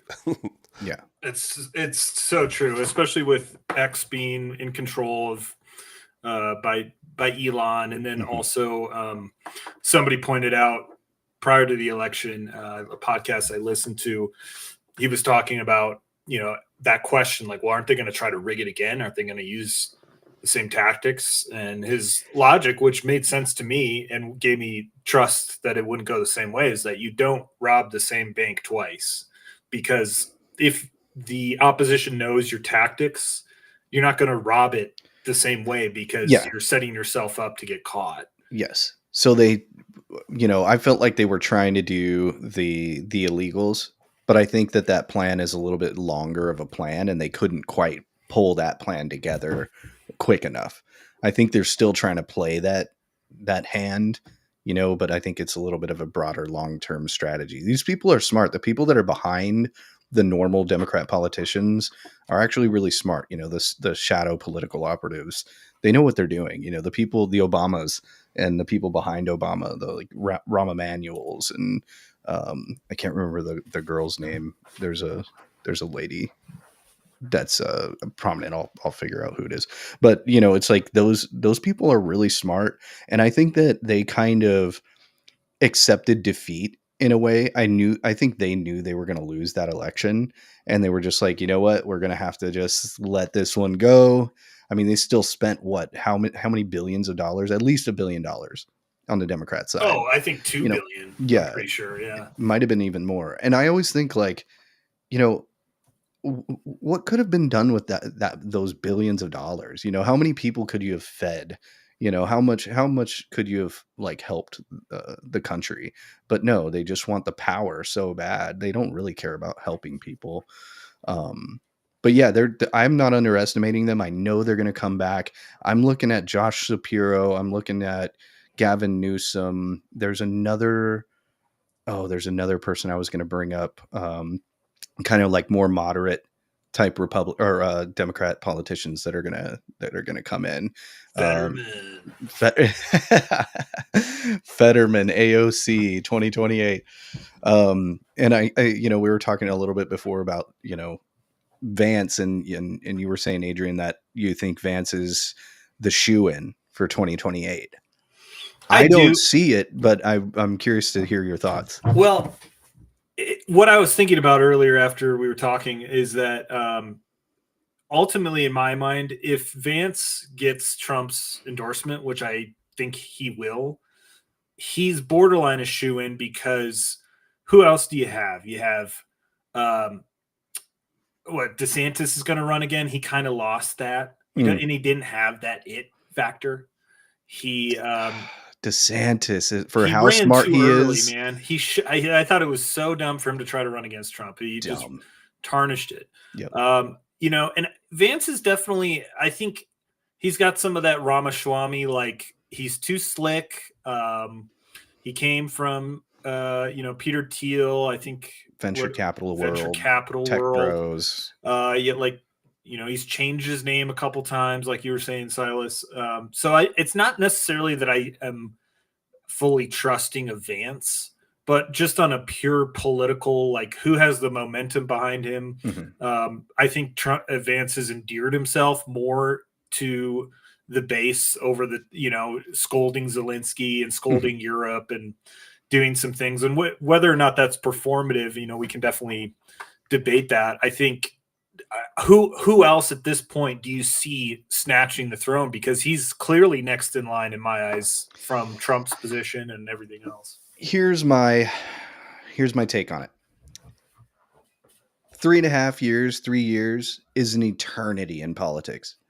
How many times, how many days, how many situations is Vance going to have where he has an opportunity to piss Trump off? And Trump does, you know, is he going to be able to do every single little thing right for the next 3 years? And also, like, vice presidents are kind of generally people that you can sacrifice. They're like, you know, they're pieces that on the chessboard that you can sacrifice in order to avoid, you know, a political hit. But on the other hand, Trump doesn't really have, he doesn't need to worry as much about his political capital because he's not running again, as much as I would like him to. But I just think it's so early, and he's in a really tricky spot where he can step on a rake. It's so easy for him to step on a rake and piss Trump off, and that'll be the end of his, you know, that'll be the end of him. But he might make it through. And my other thing too is he's trying to walk this line of like being one of the bros. You know, he's on like Theo Vaughn's podcast, like, and dropping F-bombs and like, you know, shit like that. Like, you know, he's trying too hard to be one of the bros, but at the same time trying to be this polished politician. And the thing is those two things really are kind of like at odds with each other. There's a polarity there, and I think it comes off as like kind of weird. I think that the left was kind of right when it came to you know, some of their them just saying that he's so weird. But at the same time, I'm, you know, willing to be, or, you know, I'm hoping to be wrong. I hope that he's strong. I hope that he crushes it as VP. I mean, VP doesn't really do that much, and I think it would be nice for that to change. I want him to do more because we got a lot of stuff to do. But Trump has been giving him a ton of like he always asks him, like even in the conference today when he was announcing the F-47, Vance was there in the room and Trump was like, VP, do you have anything to say about it? And he was like, oh no, I'm just here to watch the show. And it was like, yeah, okay, perfect. He does know how to navigate the political world and he does know how to navigate his own relationship with Trump, but there's a lot of time. You know what I mean? Well, I think what the main thing with Trump is loyalty and being able to not backstab or make him look foolish. Mhm. And I think Vance's strength, at least during the campaign, was he was constantly asked tough questions about things Trump was saying. And he was honestly like a perfect communicator in terms of That's right. responding and doing it in a way that made Trump look better. And also being able to interpret what he was saying in a way that was a little more palatable. Yeah. So I think anything's possible with Trump. Like, we don't know. I think there'll be situations that happen, but so far he's shown himself to be loyal. And I think that's the biggest thing, because Pence obviously wasn't, and he is where he is now. Well, Trump was asking Pence to do something pretty wild. I mean, he was asking him not to certify the Sure. I mean, that's I mean, I don't blame Pence for 1 second. I do blame him for, really kind of turning on Trump in a talking about, criticizing Trump over like January 6th and like all that stuff, kind of like saying that he, kind of insinuating that Trump did, tell people to go attack the Capitol and stuff like that. And, you guys, we were talking about like the vandalism, the mostly peaceful vandalism and stuff, and like how the left is more likely to get violent and stuff like that. The right is less likely to get violent on their neighbors, but a little more likely to get violent on the government. And, I think the government should be afraid of its own people. I'm not necessarily like saying that I support like what happened on January 6th, because nothing really happened. Actually, they weren't like trying to take over the government, but I do like the idea of the politicians shaking in their boots and running to a little bunker, because I do think that they should be afraid of us, and they haven't been afraid of us for a long time. And so, if there was any sort of, the effect of them being afraid of their actual people, I think I'm okay with that. Well, that was the fucked up thing about the response to January 6th after we witnessed 2020. And you can criticize things that happened on January 6th, but at the same time, you were totally fine just destroying random people's businesses in the name of something.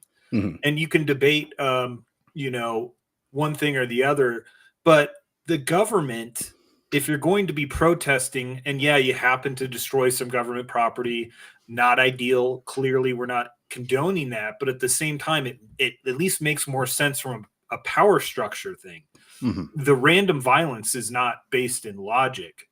So generally, the left's violence is less logic based, more emotion. I just want to destroy things based. And I think that's why they're more scared of any type of right wing uprising in that way, because it would be more sophisticated or targeted or anything. But we haven't seen anything like that really, because January 6th was a joke and run by mostly ops. So whatever it was. Yeah. Feds. Yeah. Silas, what do you think about Vance? I think he's there to do some deal making for himself and friends.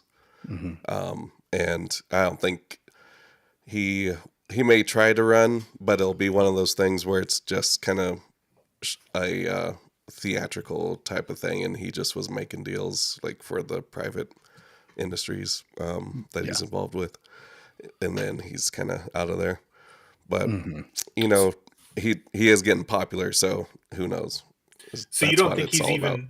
You don't think he really wants to be president? Is what you're saying? I doubt it. I think he's a family man, but not a brave man. Not as brave as like Trump, like at the end of his, legacy. Vance is, like what, 40, 41, something like that. So I feel like he's setting up himself and his family to be kind of for his own legacy, and I don't think it's all politics. I think it's just more of the private industry stuff. It's hard for people to kind of wrap their head around somebody like not wanting to be president. You know, when Kamala lost, you know, there was like that just a certain amount of relief in this woman's face. You know, I mean, God, the worst job in the world. And that's why Trump is perfect for it, because, you know, it doesn't affect him. He has the certain type of personality and the certain type of character and the certain type of like disposition to where it doesn't bother him. You know, like everybody ages like 40 years and 8 years when they're president, but it doesn't happen to Trump for some reason. And so, you know, I could see Vance not necessarily wanting to go that full way, but at the same time, you're right there and you're in that position. Maybe, you know, I don't know. It's going to be interesting to find out. It's an opportunity to make more deals if he does win as president. I think he's going to run, like, unless something. I think he'll run. If I would put money on it right now, I'd put, you know, $100 that he would win the nomination. Yeah. Okay. I'll bet you $10. Okay. He won't be running against Michelle Obama, though. She declared that she would never run. Oh, on her podcast. Yeah. Where she's got microphones in her hair now, it seems like. It's pretty sweet. So let me, I think you asked another important question, Adrian, is, well, who else though? Who else who's going to be on that primary stage, you know, in 2027 or whatever? On the Republican side. Large language model 2028. AI 1 versus AI 2. Trained by Democrats and one's trained by Republicans. And they debate the AI debates and everything. Well, you know, there's DeSantis. I think somebody like Josh Hawley could be a decent, you know, like a decent, I don't want to say candidate, but like somebody who could be on that primary stage. Who else? I mean, I like Ted Cruz. I love Rand Paul. Rand Paul's ran a few times. You know, as much as I would love to see a Thomas Massey Rand Paul ticket, I don't think the country's there yet. I mean, like I said, I think it's whoever Trump chooses. So if he chooses Vance and he campaigns with him, yeah, and they do the Trump rallies with Trump coming out for Vance, yeah, it's game over. Yeah. Like I just, the Republican base is the MAGA base now. There's really, and so whoever Trump wants to continue his legacy, and they'll say, oh, he's going to be a Putin of Trump or a puppet of Trump. Yeah. Then, just like Biden was for Obama. Yeah, but we don't talk about that. So, okay. How dare you? What about Glenn Youngkin? Yeah, I think he's a little too milquetoast. Okay. These are all, I mean, in my mind, and I'm not saying there isn't going to be any competition, but it's who's going to be the VP. It's real, and if Trump doesn't endorse Vance, then then it'll be open. But I think Vance would have to fuck up royally for that to happen. What about like somebody like Don Jr.? Yeah, that's the only wild card. Like if Don Jr. is like, I want to run, and it's not out of the realm of possibility. I don't know if he has those aspirations, but I feel like he does. I actually think he does, but I don't necessarily think it will be 2028. But I think he does because, you know, Trump's always been kind of a political commentator. You know, he's been criticizing the government and like, you know, financial types of decisions for a long time. But it was Don Jr. that really kind of got into politics. And I felt like Trump actually really got into politics because Don Jr. wanted to. And Don Jr. wrote a book, I think it's called Liberal Privilege. And this was kind of a while ago, I think even before Trump ever started running in 2016 or 2015 or whatever. But I do kind of think he has some of those aspirations, but I'm not sure if it's like right now. But I do see he's He's a little wild though too. He's even more wild than Trump is, but he's a really good communicator. I don't really watch his podcast or anything, but he's actually a really decent communicator and a better speaker than Trump is actually. Yeah. He's more down to earth, and you can understand like point A to point B. He doesn't weave as much, I guess. Mm-hmm. He would be actually a good vice for Vance if Vance ran, and that would get him in the door and kind of get that 8-year mark, and then he could run for president after that, maybe. And this is all just to Barron pave could be the his way. vice president. This is all just to pave the way for Emperor Barron. Yeah, we all know that the ultimate outcome. Yeah. It's inevitable. Oh my God. The autists and the AI together in the White House. Yeah, he's like a giant and has an AI assistant that hovers next to him. It's like a Tesla robot. Yeah, well, he'll get the implant from Elon. Barron will, and they'll be chip. connected to that AI, like hovering Oh, he'll be unstoppable. drone assistant. Okay, well then who's next up for the Dems? Tim Walz, I think, is a strong He's gonna candidate. And I mean, he's a strong man. I don't know if you know this He about is Tim Walz. Yeah, he's trying to fight me. He's trying to fight me specifically. He gonna kick your ass. Okay, Well, you better watch out. My favorite podcast. I think I could kick most of their ass. I do think that if they wanted to. I know I can outrun them, but I don't know if we're going to fall into that place where we want to. Okay, we challenge you to a WWE fight here type of thing. You fight it. This I notion think of I could kick most of their ass. Most of their ass. I could kick most of their asses. Most of their ass. Their collective ass. You know what? He actually just gained a bunch of points in my book. Oh, I actually liked it. I think he's funny. That was funny. Well, he's doing a stand-up about Tesla too. Like, oh, I checked my phone. If you want a nice boost in your day, check Tesla stock. And it turns out Minnesota has a bunch of Tesla stock for their employee retirement fund. So that's funny, isn't it? I think AOC is going to run for sure. I think Josh Shapiro is going to be on there. I don't think Josh Shapiro is going to be it because of his last name, and he's a little too. The radicals aren't going to be down for somebody who's a little bit more moderate and actually like somewhat competent. They're probably going to run like AOC Fetterman. I mean, they're going to continue to clown show until they can't anymore. I mean, we gotta promote Jasmine Crockett more. I'm all about it. She's gonna win over the moderate vote for sure. Mm-hmm. Illegal immigration isn't a crime, as we know. So she is so street. Yeah, but she's not though. It's an act. It is, huh? Yeah, she went to some $40,000 a year prep school. Really? There's a clip of her talking a few years ago. She's not as ghetto as she seems to be. Oh, those Dems, they know they got their code switching down. Well, yeah, AOC, I think she's going to run. She does have some interesting political takes that I think are kind of relevant to today. I could play this one just about there's this talk that Trump is going to overlook judicial rulings. He had that issue with the migrant flight that, it's already in the air. And I mean, he might have to at this point just go full on Article 2 president, where he's just, I am the sole executor. I'm not going to, but that goes down a road that is tricky, but AOC is endorsing it in a way. Here's a clip. There has been thought, I believe, given to this. Senator Ron Wyden has already issued statements, for example, advising what we should do in a situation like this, which I concur, which is that I believe that the Biden administration should ignore this ruling. I think that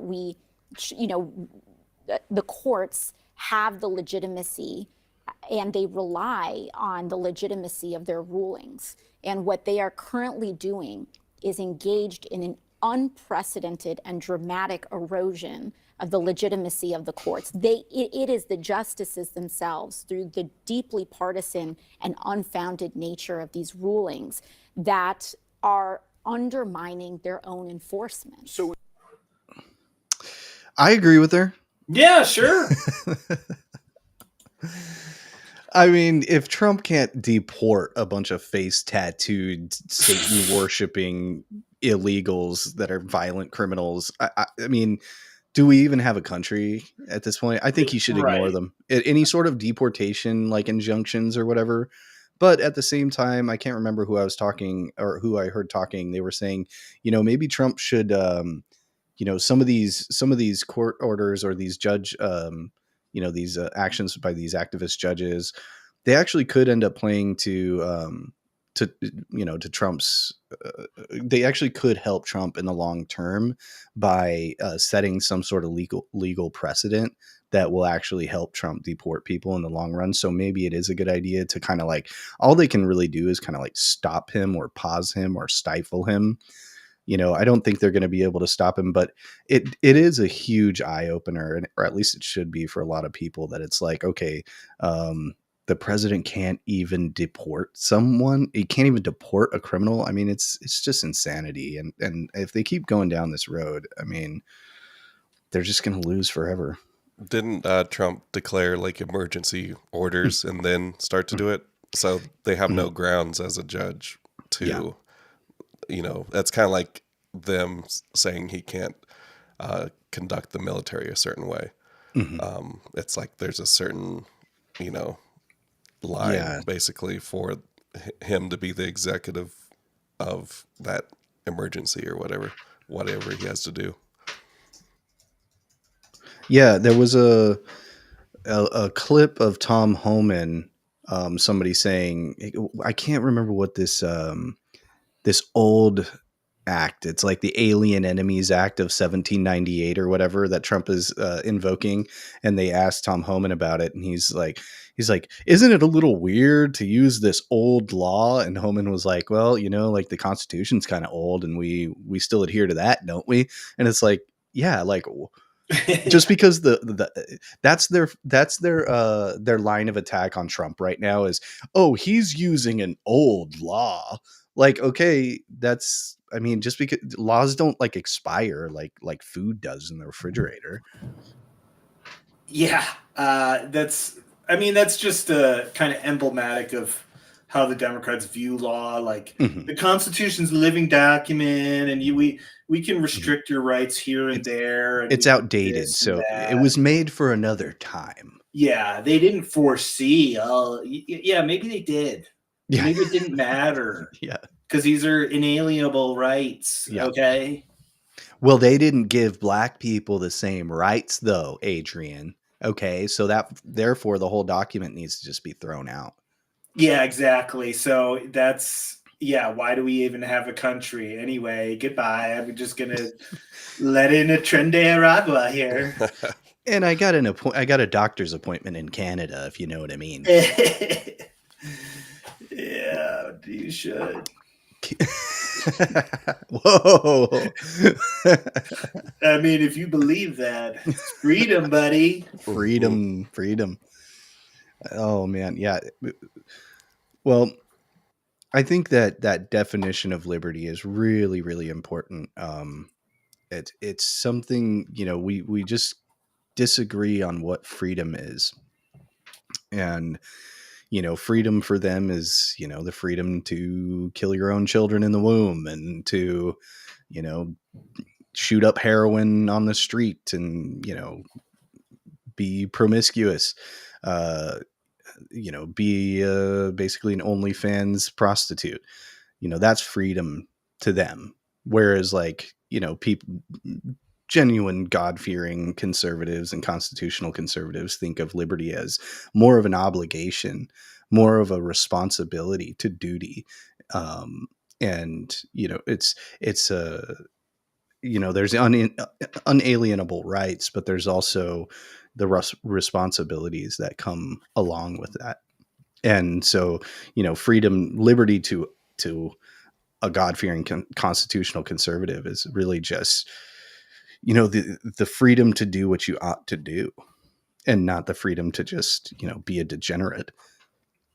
And if we continue to disagree on that, I think that's one of those meta issues that is really one of those kind of invisible meta issues that's really, driving the divide between, the crazies and the sane people. But also one thing that really tripped me out about politics, just kind of like observing it for the past year, is that a lot of times, both sides are saying the same thing about each other. So, I think the libs are crazy. And they think I'm crazy. I think they're in a cult and they think I'm in a cult. And I could kind of go on and on about that. They think I'm a fascist. I think that they're totalitarians. It's kind of weird. How do you have a cohesive society when you are so diametrically opposed? I don't know. I mean, I think that a decent society and prosperity is just going to have to be forced on them. Yeah, they just need to get all kinds of incentivizing towards a different type of approach to the divide, because there used to be a time where everyone could think differently and have all kinds of opposing views, but it wasn't this crazy. So it is possible for us to get along to a certain degree and have a functioning society that doesn't sway back and forth as crazily between every 4 years or whatever. Well, I guess the problem ultimately comes down to, are you able to share a society with a person like this? Hello, my name is Scarlett Kelly, and I am officially declaring war on the Republican Party.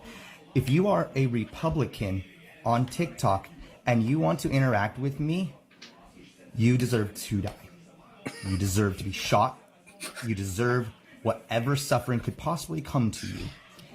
If you are a Republican and try to start any of that kind of nonsense with me in person, you will lose your life. This is war. I am not joking. It's done. You are not an American anymore. You're out. You're off the list. You've been naughty. Come on. We're going to start giving you the coal in the form of massive stones on top of a slab of wood on top of you. Have a wonderful day. Have a wonderful day. Look out! Oh, man. Is there any sort of right-wing movement that is that, aggressive in their speech? Not that publicly. Yeah, they'll do it maybe, in their secret meetings or something like that, and they'll laugh about crazy jokes or something, but that's declaring, I think violence. The toxic, aggressive rhetoric from kind of more Republican conservative types is more against the government or politicians, not against their fellow neighbors, Yeah. I think the closest thing to that might be the Groyper kind of thing. Yeah. That's trolling and, has some pretty out there takes on things but you don't see it in a way, there's an air of, I wouldn't say self-awareness, but it's not on the level where they're making TikTok videos. I know 100% that this is a totally okay thing for me to air out there and say the wildest shit. Is there a cons of TikTok? There's not, you don't see that. And if you do see somebody trying to do that, it's okay, yeah, that guy maybe was not that smart or said some wild things, but it's not that. You don't see a guy we need to kill all liberals. Yeah. You don't see that. Yeah. Just for interacting with them. Yeah. Just for talking to me on TikTok. You remember we were having a debate with not Ben Billingsley, and he kept saying stuff like that was yeah, I want you to drink more raw milk. I want you to not get vaccinated. Don't vaccinate your kids and stuff like that. And he was basically just saying I want your kids to get sick and die. I want you to eat raw or drink raw milk because I know it's going to get you sick and then more of you will die. You know what I mean? And that's really how they think. I don't know if he was just, trolling or being weird or doing a character, but yeah, it's like a death cult then. Like that's part in it. That's part of the whole victim thing. It's like they feel like such a victim that they need to kill the other side to survive. Like that's death cult type of programming. That's crazy. I don't know. We're stuck in someone else's LARP. That's really what's going on. But I think Uncle Ted is laughing in his grave right now, looking at these Tesla protests where you got people just destroying this business in opposition to all their other ideological stances. It's just that guy that we just played, or whatever you want to identify as, is like a perfect example of where it leads, where you have people that they've been insulated their whole lives to think that one side is completely evil and everything is reinforced and I'm a victim, and that you do get to that genocidal point that not all of the left, but there is a strong feeling of that. And I think I picked up on that hardcore during COVID, where it's like, you're willing to let me not have a job. Do you understand what that means? I cannot feed myself. I cannot live. Yeah. And that was, that's totally fine. Well, all you have to do is just take it though, right? So it's just comply, be on our side, and we won't want to kill you. Yeah. And so to get to the larger point, it's like, how do you share a country with those people? How do you share a society with those people? And I don't know how you do that. There are some people that are too far on that spectrum that things will come to a head one way or the other, and we hope that it doesn't lead to violence. But there's going to come a time where there's going to be some type of inflection point where things happen in a way we don't expect, because there is, I don't know. I mean, whether that means secession or something like that, that'd be the more peaceful option potentially. Yeah.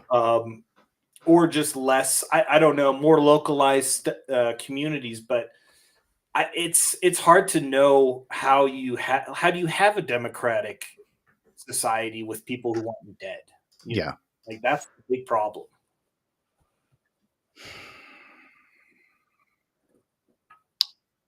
I don't know. I mean, I would like to say, like a big part of me is like, all right, like logic and debate and convincing. You got to convince people with good arguments. And I'm like, that's just not the reality.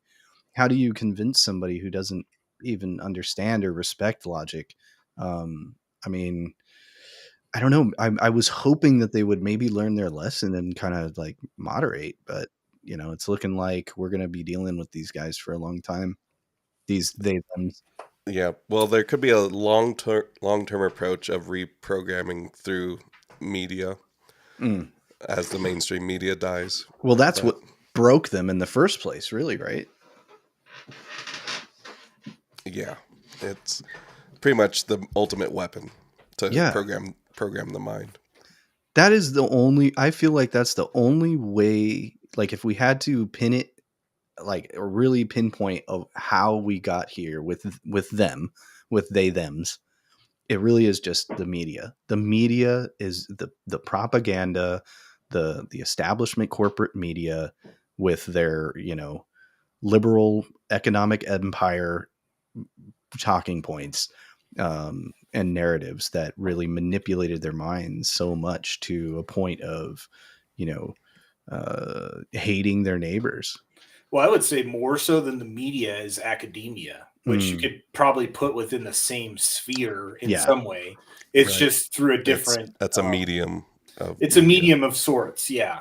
You're just doing it through and that's why to me it's more insidious, because it's education. I got this degree. I went to this college and this expert told me these things. It's not just watching the TV, you know? And that's every day. That's like, then you identify through your degree. I mean, how much of your life is people asking you, oh, what do you do? What'd you go to school for? What do you do this? You inherently, I mean, that's why so many people, they go to college and they become Marxist leaning, or they identify with these social movements that to me are pretty much intended to subvert society. Yeah. I think more, as much, if not more so than the media, we need to focus on like regaining a hold in academia. And, you know, and there's a phrase based on like left-right politics, where the left will empower their radicals and make them professors, and the right will shun their radicals. Now, do we wait, will you say that again? The left will employ their radicals and the right will shun them, essentially. It's paraphrasing. Yeah, no, I got you. That's good. And that's really, I mean, and this always blew my mind. I did an episode on my old show about this. But Barack Obama started his political career in Bill Ayers' living room. Yeah. Bill Ayers was Weather Underground. Weather right? Underground. Yeah. Which was basically a terrorist organization. Yeah. And that would be the equivalent of Donald Trump starting his political career in Ted Kaczynski's office.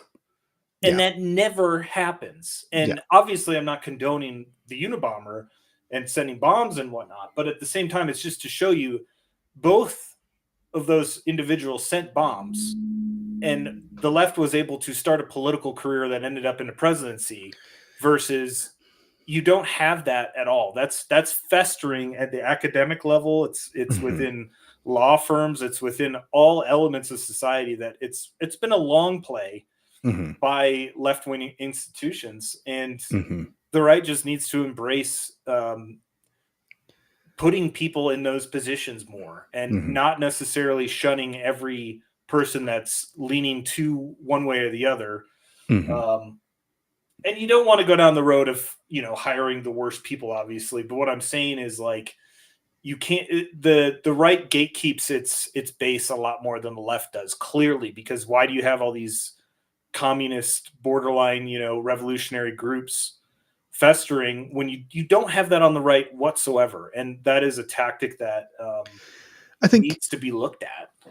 If I had to be real, I do think that there is a faction, a very small faction on the right, that is somewhat flirting with the idea of authoritarianism, or not even authoritarianism, but like monarchy, strongman type, top-down leadership. You know, but I think there's actually legitimate arguments for a monarchy. A monarchy is not necessarily a bad thing per se, but there is that sort of flirtation with a top-down strongman type government. Oh, absolutely. But it's not even close, nowhere near.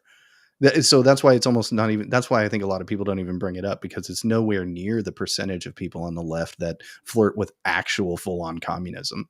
You know, they rebrand it every once in a while, but they are really like fascist communists. Well, do you know the term repressive tolerance? No, maybe I've heard it. Like, explain it, please. So Herbert Marcuse, I've been studying him a lot lately. So he was Angela Davis's mentor, and he wrote an essay. It's not that long. You can read it pretty quickly, but he talks about how left-wing activism should be encouraged on every level, even including violence, and any type of activism that is perceived as right-wing should be crushed even to the level of speech. So, and that was so obvious in 2020, where you get people that say language, misgendering, all these different avenues of using speech is a form of violence. And then you also have people saying violence is a form of speech when it came to Antifa. And so I think of very clear evidence of repressive tolerance. You compare the 2020 riots to J6. And that's, I mean, how many people from Antifa ended up in solitary confinement for years without charges? 0. You know, and how many people are facing borderline life in prison over that. Mhm. I don't know of anybody. Maybe we can do some research on that. But the point is, the damage was way worse over an entire year. Mhm.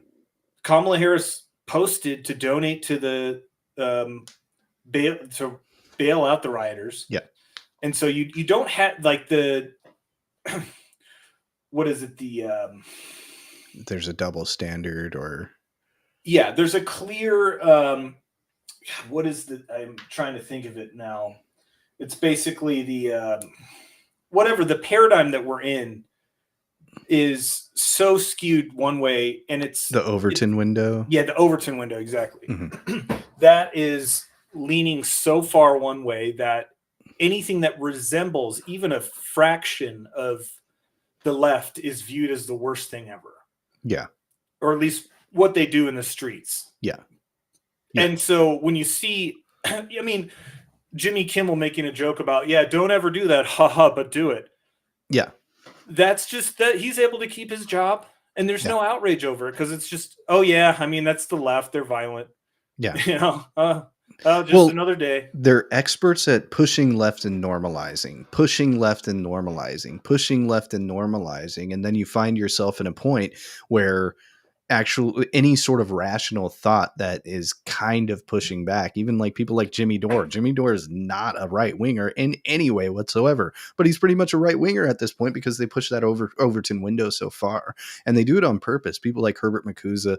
That's what I was talking about earlier about how like the people behind the Democrat Party or the people behind the liberal establishment, they're very smart and they know what they're doing. And that's why I was always saying whenever I was on X, I was always like, push right and normalize. Push right and normalize. We have to bring it back, you know? So I think, and we have to use some of their tactics. Now, I'm not saying we have to use some of their tactics against them, like things like lawfare or even censoring them, you know, to a certain extent. You have to give them a dose of their own medicine in order for them to actually like, you know, stop what they're doing. You know, that's the only way to stop them is actually to give them a dose of their own medicine. Now, I'm not saying do anything that's like immoral.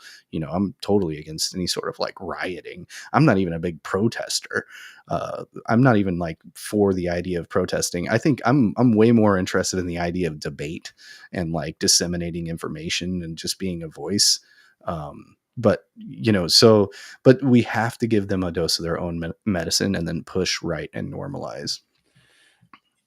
Yeah, and I mean, when it comes to, God, I'm losing my train of thought here.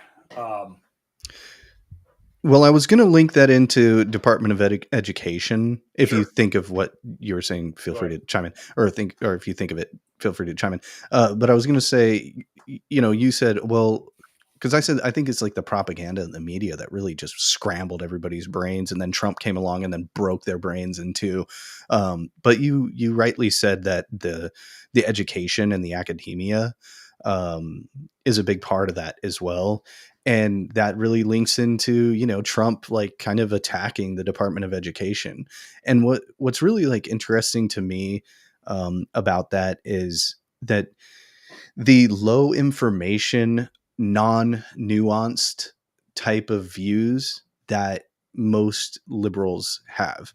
So if somebody says, oh, Trump is trying to abolish the Department of Education, what they think in their head is there's not going to be any schools tomorrow.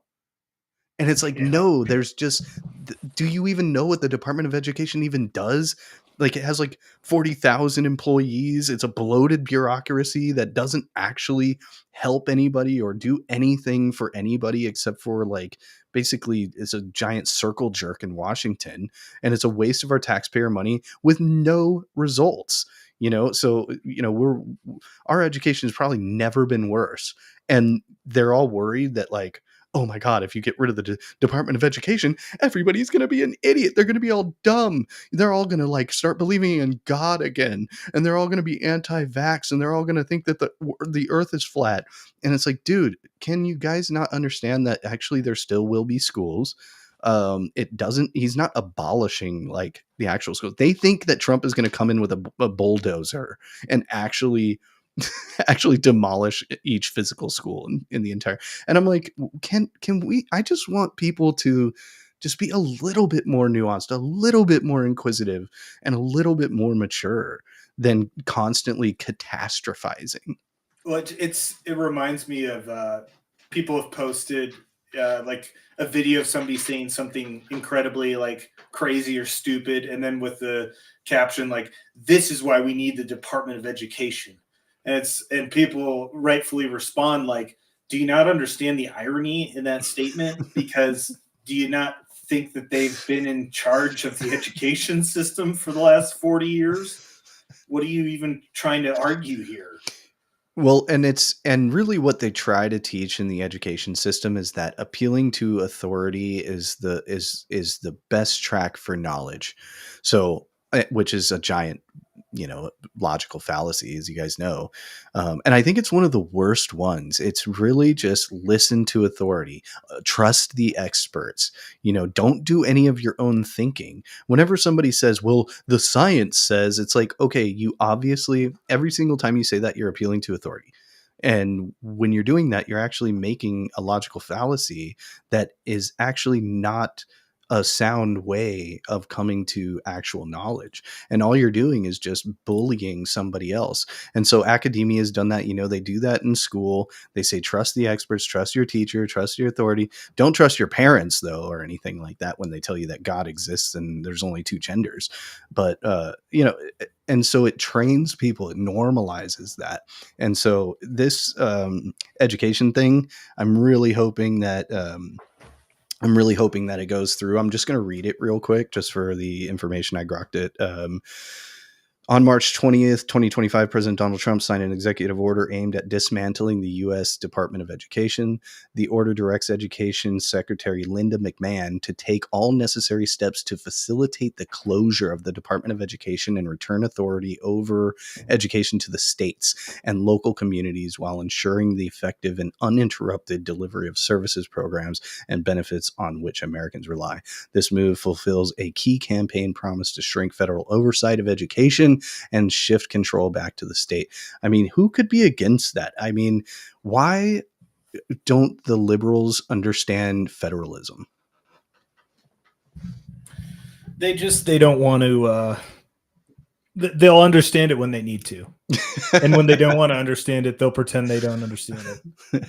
I mean, they hate democracy so much. Well, yeah, it's like that AOC clip. Like, yeah, we should ignore rulings when we want to and condemn them when we don't want to. And it reminds me of the thing I was going to say earlier, is that the left makes the right play by rules it doesn't follow. Yes.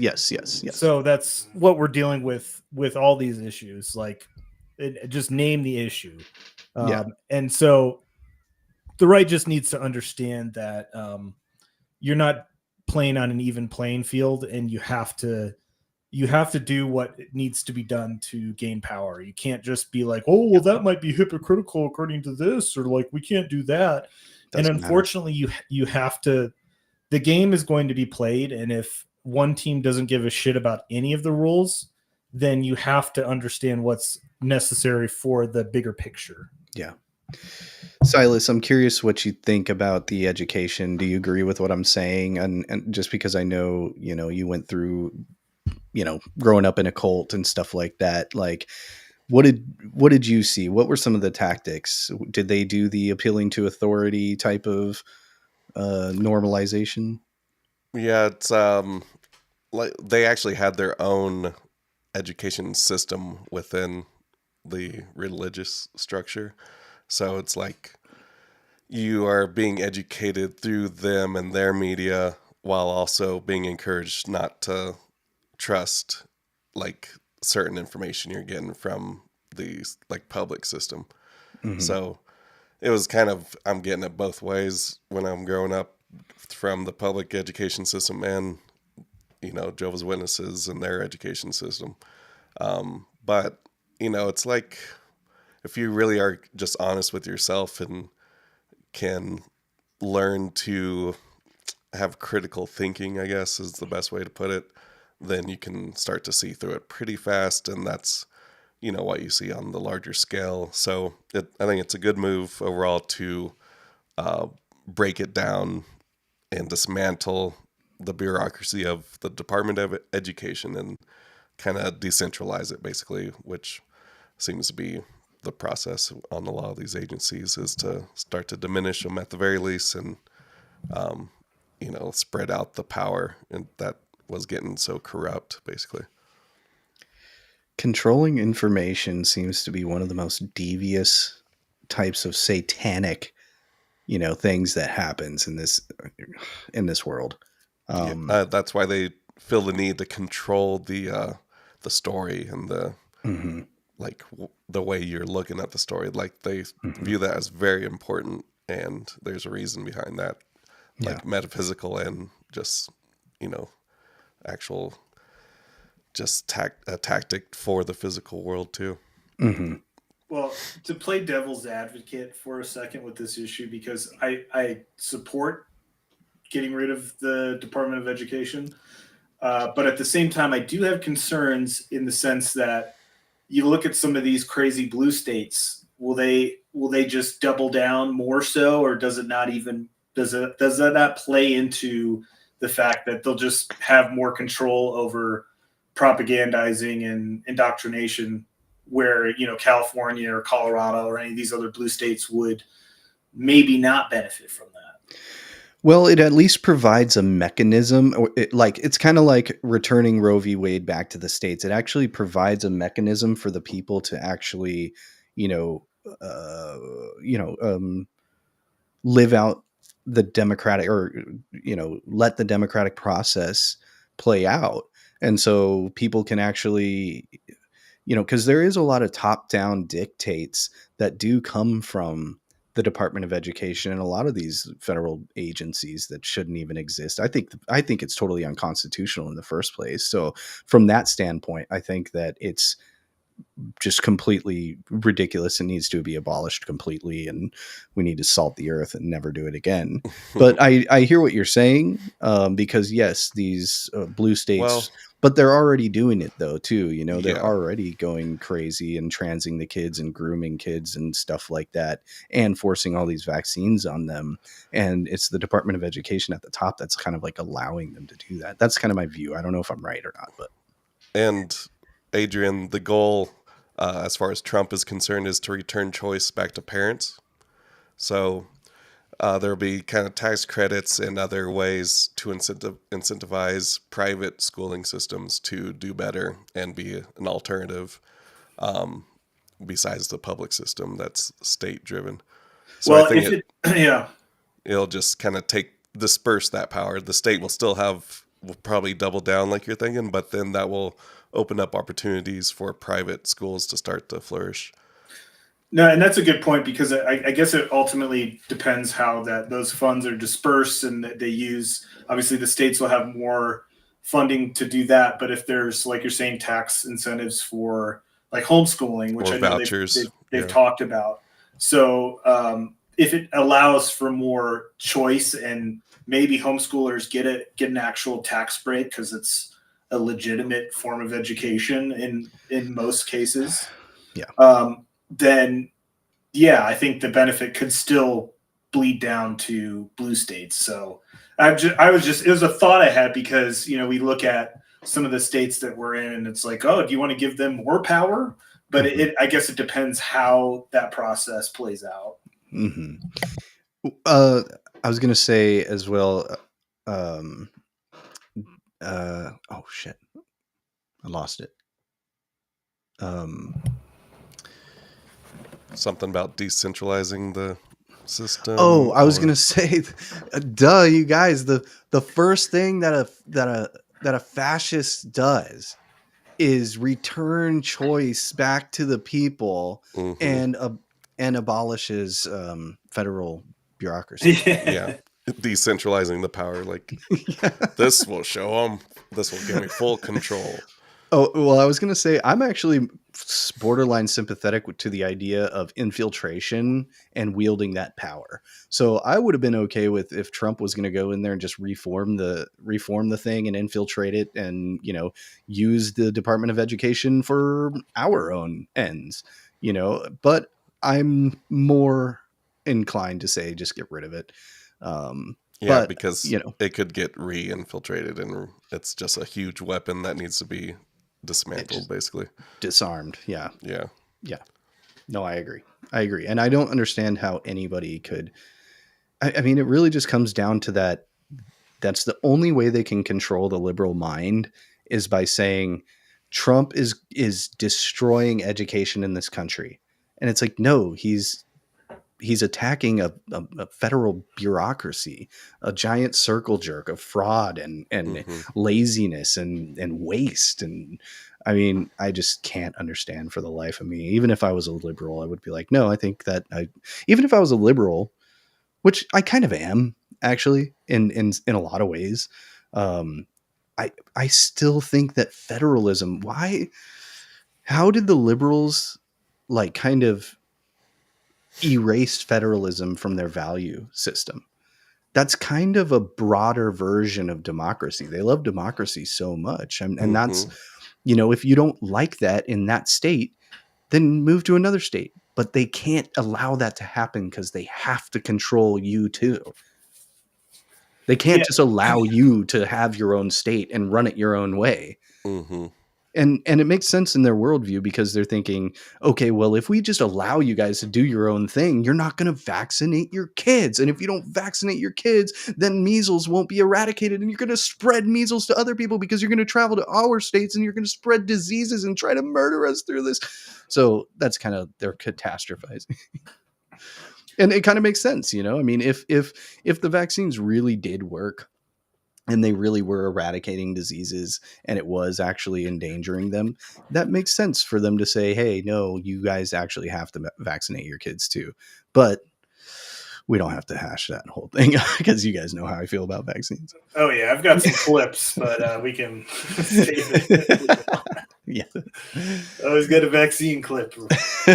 We'll table that for the next one. We're just going to do a whole session, just a whole day, an extra day of just vaccine.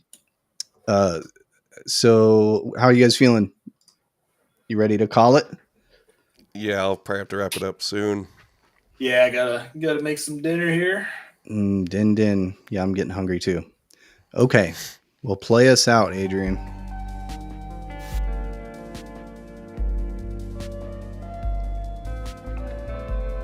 Another episode of the Post Republic. I'm looking forward to a post Republic in which we can just be an isolated constitutional republic and not have our destiny tied in with everyone else's destiny. It would be nice. Will that world ever come? It remains to be seen, my friends. As always, I want to put an open invitation to anybody who wants to come on and debate about foundationalist ethics, federalism, the definitions of fascism, communism, and any other partisan political topics. Debate me, bro. Anyway, ladies and gentlemen, have a good week, and we'll see you on Wednesday.